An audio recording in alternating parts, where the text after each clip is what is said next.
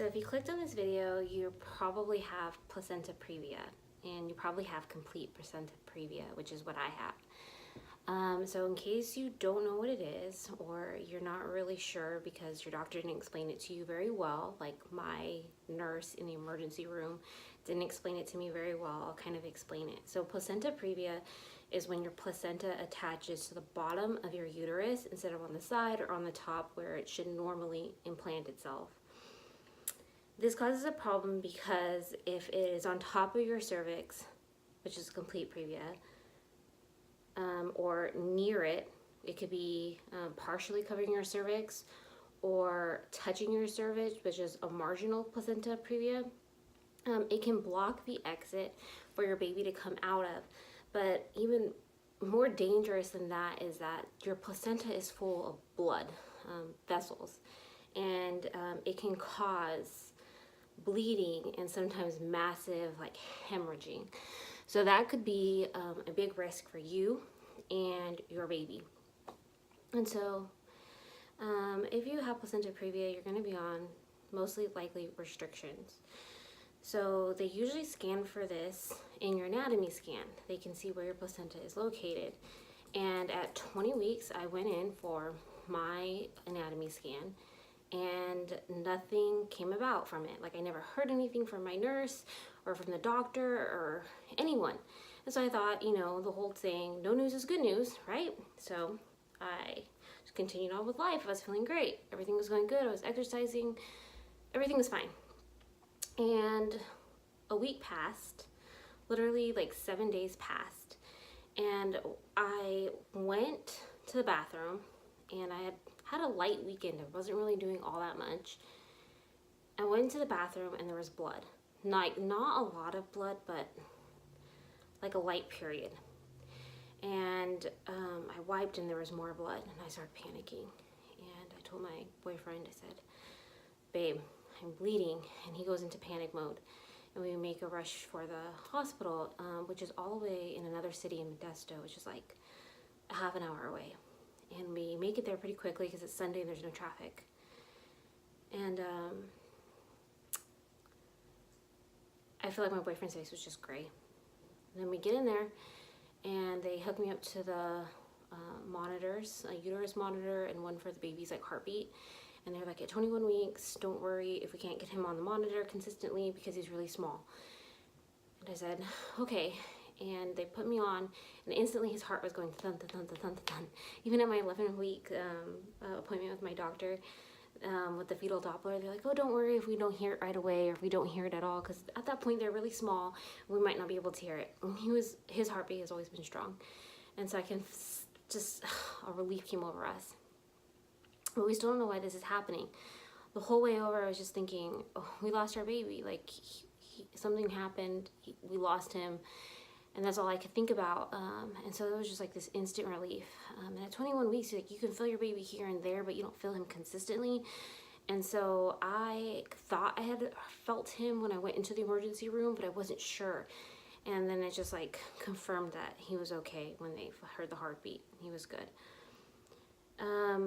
So the bleeding wasn't like a lot, but they came in and they told me why I had the bleeding. At this point, I had no idea I had placenta previa, because, which I found out later, is because the doctor who ordered the anatomy scan went on vacation. He never got the results. In the meantime, I switched doctors, and the doctor didn't see the results because the previous doctor is the one that ordered them. Okay, so the emergency room doctor, she told me that I had placenta previa, and I was like, well, what's that? And she said, your cervix is being covered by the placenta, and it can cause bleeding to happen. And so she told me that I was going to need to be on bed rest, no exercising, no doing like chores around the house, no picking anything up heavy, and pelvic rest. So like no sex at all. And when she first came in, she was like, have you put anything in your vagina? And I'm like, and the way she said it was kind of like, well, did you? Like, accusatory. And we had had sex the night before, and no one told us that I had these restrictions because I had no idea that we had it. Okay, so that was at 21 weeks, and they were just so matter of fact about, well, at this point he's not viable. Just casually. I had a follow-up appointment with my regular OBGYN that week, and she wanted me off of work. She said, it's really dangerous. If you bleed again, we could have to hospitalize you for the remaining, until you give birth. And she wanted to clear me from work. And I'm a teacher, and unfortunately teachers, we don't pay into Social Security disability for our state, which means that we don't get disability unless we privately buy it. So I didn't purchase it because I'm young and dumb apparently, and I was like, there's no way financially that I'm going to be able to be off of work from now at 21 weeks until after I give birth. It's just impossible. Like, I cannot do it. And so, of course, stubborn me was like, that's okay. I'm a high school teacher. I'll take it really easy. I'll just sit around and do nothing until I give birth. Like, I'll have my kids, like, pass out the papers. I'll have them turn on and off the lights, the protector. And I'm going to do what I can and make the best of it. I'm just going to take it really easy. And so that's what I do. And don't get me wrong, I'm like devastated, I'm crying. But I still don't think the seriousness of it all like sunk in quite yet. Although I was like terrifying myself watching these videos on YouTube, which is why I decided to make one, because I think I watched all of the whole 10 videos that you can find about complete placenta previa. And I just wanted to make my own because I know there's other people probably searching for them. Okay, so I go to work and I do this for, that was 21 weeks, 22, 23, 24, 25. So like 4 weeks, like a whole month. That was in early November. It was all the way till early December, like literally almost a month later until I had the second bleed. And so there's my dog right here. She wants to, like, what are you talking about? Who are you talking to, Mama? Okay. So I go to work for the whole entire month, and then one weekend I was just grading on my couch. I know that I'm not supposed to be doing anything, and I go to bed, and at 2:30 in the morning I wake up and there's blood. Not a lot, it's still light, but it's a light bleed. And I call and they say to come in. And I think I'm gonna go get monitored a little bit like the last time. I guess maybe I'm just hopeful. I did pack a few things in a bag because I don't know, I kind of thought maybe I might have to stay there a day or two. And so they're like, oh, if it's a light bleed, then you need to stay for 3 days.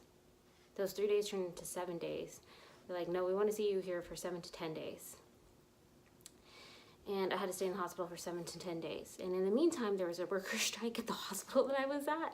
And they had to transfer me by ambulance, super dramatic, like by ambulance, to another hospital in another city 30 minutes away. And while I was at the hospital, they gave me the rundown of all of the risks for the baby. At this point, I am 25 weeks and a few days. And they're like, if he is born at this time, he's gonna have a 75 to like 80% chance of survival. He has like all of these high risk for cerebral palsy, for all sorts of birth defects, or like, permanent disabilities. He won't be able to know how to suck yet. We'll have to feed him through a tube. And they just gave me the whole rundown. And my family was nervous, and they took turns like staying with me. And my boyfriend, poor him, he works in another city, and by the time he gets off of work and travels to me, he only was able to see me every other day. So it was like a real strain. And that 7th day, I was like going crazy. I was seriously getting cabin fever. I was getting emotionally like depressed, and I'm not a person that gets like down very easily, but I just like wanted to be at home. And then on top of that, I had all the stress of planning for work and grading, and had to figure out how to apply for catastrophic leave, which thankfully I was approved for. And I know in the placenta previous stories, people don't usually talk about that stuff, but I know that you're thinking about it if you're going through this, because it's a financial strain. It's not just like, oh, it's just me and the baby and our health, which it is, but I know on top of that you have all of your responsibilities, your work, your kids, whatever else that you have. Thankfully, I don't have any other kids at home that I had to think about. I had to think about my poor puppy over here who didn't want to eat while I was gone because she was sad and depressed. How sad is that? Oh, babies. And she's a little skinny mini as it is. So breathe, make a list of things that you need to do, and focus on that list. That's what I did. Take it step by step by step. The world is not going to come crumbling down around you. You will figure it out. And everyone told me that, and it felt like it was impossible, and it was true.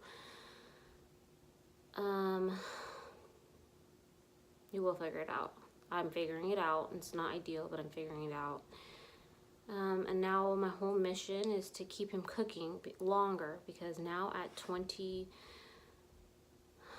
I stayed there for 7 days. I'm now at 27 weeks and 4 days.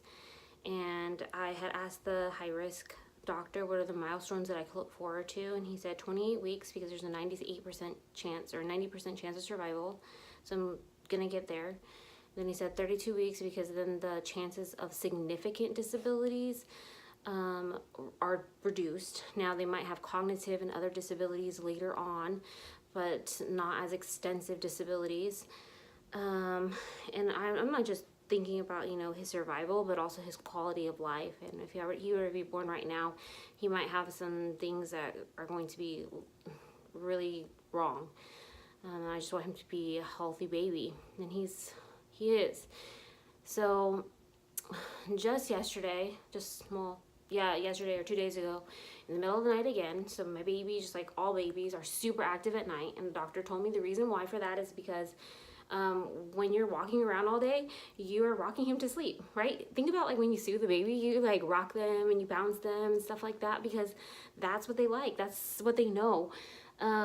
So he says when you're laying down, not only is your uterus getting more blood flow, but also, the rhythmic movement of your body walking is also soothing them to sleep. So at about 2:30 in the morning, I was awake because I'm on bed rest and I'm not doing anything. I'm like going out of my mind. I felt him kick 3 times, like hard. Like he loves to kick me like downward. He's like, loves to kick me downward. And so he kicked me downward 3 times. And I also had to use the bathroom. And I got up and I just knew, like, one of those things that's like a gut, like, you just know it. I was like, he made me bleed. I know he did. And I went to the bathroom, there was spotting. Not like blood like last time, but more like spotting. And I was so terrified because they told me if I had another bleed, I'm gonna have to be in there until I deliver.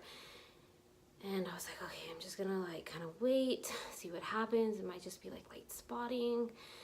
And even though you're supposed to call them even if you have light spotting, I waited like from 2:30 to, I don't know, early in the morning, like 4 or 5, and then I called them and I asked them, like, should I come in? And they had me describe the blood and all that, and it was, I told them it was light, and it was spotting. It wasn't enough to have to wear a pad, or it wasn't really getting on my underwear, but it was like every time I wiped. And they said, just, you can keep an eye on it and see. If it doesn't go away in a few hours, then you need to come in. You can come in if you think that something's wrong with the baby, if you think, and I said, that I was here and I have a complete placenta previa, right? And they confirmed that they did. I just wanted to make sure they didn't think it was just like regular, like entering into 3rd trimester bleeding. And she said, no, she's like, if it's just light blood, just keep an eye on it. If you think it's getting heavier, come in right away. And so far, so good. I went like whole 24 hours without anything, just, brown old blood now. And I'm just really hoping that I can make it to at least 34 or 36 weeks. I know that they are planning to do a C-section at 36 weeks, but that's if I make it there. And they really expressed that I've bled so early, that and just like be prepared basically for anything. And my doctor is really far away in Modesto. I mean, my hospital is, but I have a level 1 hospital 2 blocks away, 2 residential blocks away, and they told me if I were to have like a lot of heavy bleeding, that just go there immediately. That's not their first choice, because if something were to happen, then they would not be able to take care of an infant, you know, or a baby at the gestational age that mine would be born at, like right now. And so I would be there until I was stable. They would give me emergency C-section, blood transfusion if I needed to, and they'd have to helicopter him to another unit. And that was the same thing when I was in Modesto. In that hospital at 25 weeks, they are a level 3, but a level 3 can't go up or as low to as that. So they were going to say I had to go to different, they were going to have to, if something were to happen to me, they were going to transfer me to that other hospital that I ended up with after the strike. Let's just be honest, I didn't really like that hospital. I didn't have the confidence in them. I didn't like their doctors. I didn't connect with the nurses. It's in a city that's a little bit more impoverished and a little rougher, and kind of reflects in the attitude of the hospital. And so I am just really hoping that if anything happens, I'm far enough along that my baby can stay in Modesto at that Kaiser, because I have confidence in them and their doctors there. So I'm just hoping everything works out okay. I'll give you guys some updates. This was my first video I've ever made. So let me know if you're going through the same thing, how it came out with you, how things are working out with you, if you've gone through this, and you can give me some words of encouragement. I know that I've like seriously scoured all over YouTube for similar videos, and I'm getting worried because it seems like a lot of people only make it to about 34 weeks before they have an emergency C-section. I'm really hoping that doesn't happen to me. So, all right. Thank you for listening to my long, rambling mess of a video, because I'm by no means a YouTuber at all. Okay, bye.